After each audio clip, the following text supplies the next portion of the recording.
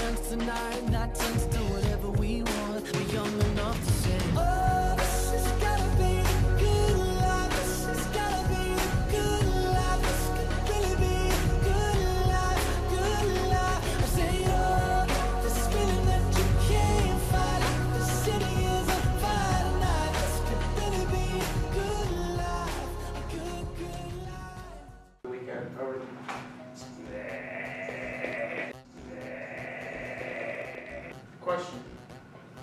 You said I'm going to be showing you the weather for this year. I feel like a blood drive is coming up at CR High School. No promises that it is not held by vampires. Boy, if you don't get Mariana Ryan. Let's go Riders.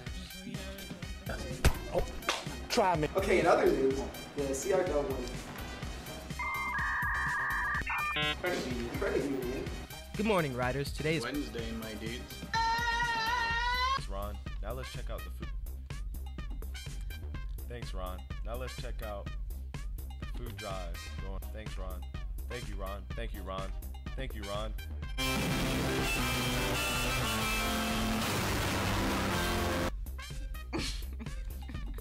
I forgot.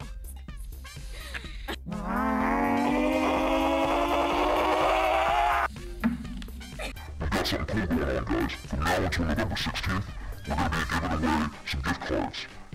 Enter for a chance for a raffle if you comment, and if you subscribe, you get 2 extra entries.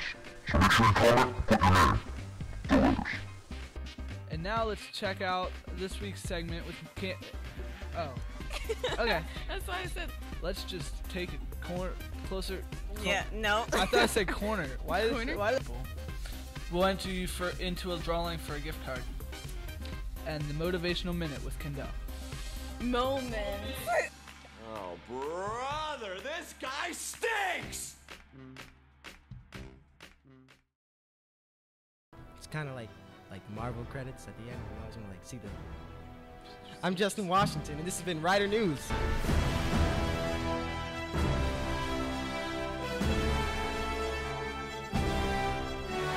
Fantastic Beasts: The Crimes of Grindelwald is written by J.K. Rowling, directed by David Yates, and stars Eddie Redmayne, Jude Law, and Johnny Depp. This is the sequel to Fantastic Beasts and Where to Find Them, following Newt Scamander who, under the direction of Albus Dumbledore, attempts to thwart Grindelwald's plans to dominate the non-magical world. Welcome to Writer Reviews, this is Antonio Rivera. I hate to say it, but this movie is a mess. There are a few redeeming qualities, so we'll start there. Eddie Redmayne as Newt is still really endearing, and he does a good job with what he's given. The costume design and sets are still solid, and the visual effects are all there and look good. This film also manages to pull out a couple of laughs. The rest of the movie stumbles. Visually, the movie is inconsistent. Sometimes there are some nice, engaging shots and camera movements, and other times scenes are incoherent or shots are extremely uncomfortable. The other actors range from passable to bad. Catherine Waterston, who plays Tina Goldstein, was really weak here, and her character had almost nothing to do in the movie. Johnny Depp, whose character has a German surname, uses neither a German nor a British accent, and just talks like Johnny Depp because, well, I don't know. Jude Law, a solid actor who is alright in this movie, is barely in it, and Dumbledore just feels like a plot device and mere fan service. Some characters are wasted and have nothing important to do. Others should flat out not be in the movie, like Jacob and Queenie, who are both completely useless and out of place in this film. There are several characters just introduced in this one that had no mention in the first movie and are supposed to serve as key characters. The script relies somewhat on knowledge of the Harry Potter universe and its lore.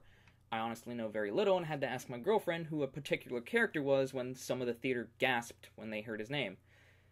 This doesn't necessarily mean that Harry Potter fans are the target audience. Oh no, because J.K. Rowling has broken her own canon, or is at least retconning it for some reason. We jump between locations and scenes a lot, and the transitions between those scenes are rocky and awkward.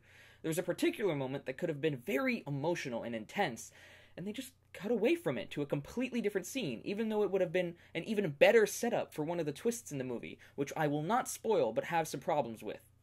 Even worse, I felt bored for much of this movie, and found myself asking constantly, why is this scene in the movie? Don't you guys have to catch Grindelwald? There are two twists in this movie, the first of which is hinted at well, but is literally bookended by two several-minute-long exposition scenes, one of which could have happened much earlier. The second one comes entirely out of left field, and just made everything more confusing because it has never once, ever, in anything at all, been mentioned. Despite the loud and visually impressive climax, I felt empty when the movie ended. I didn't care about any of the characters I was watching except for Newt, and it didn't feel like anything at all was accomplished. As the credits rolled, I realized that this movie is not a movie. It is a product, designed to set up more products. There are 3 more Fantastic Beasts movies being planned. This is supposed to be a 5-movie franchise, and this multi-million-dollar movie was basically a 2-hour advertisement for the next 3. This movie had no plot. This movie had no character. This movie lacked the love and emotion of the ones that came before. This is my least favorite kind of movie, and I never thought I would see the day when I said I hated a Harry Potter movie.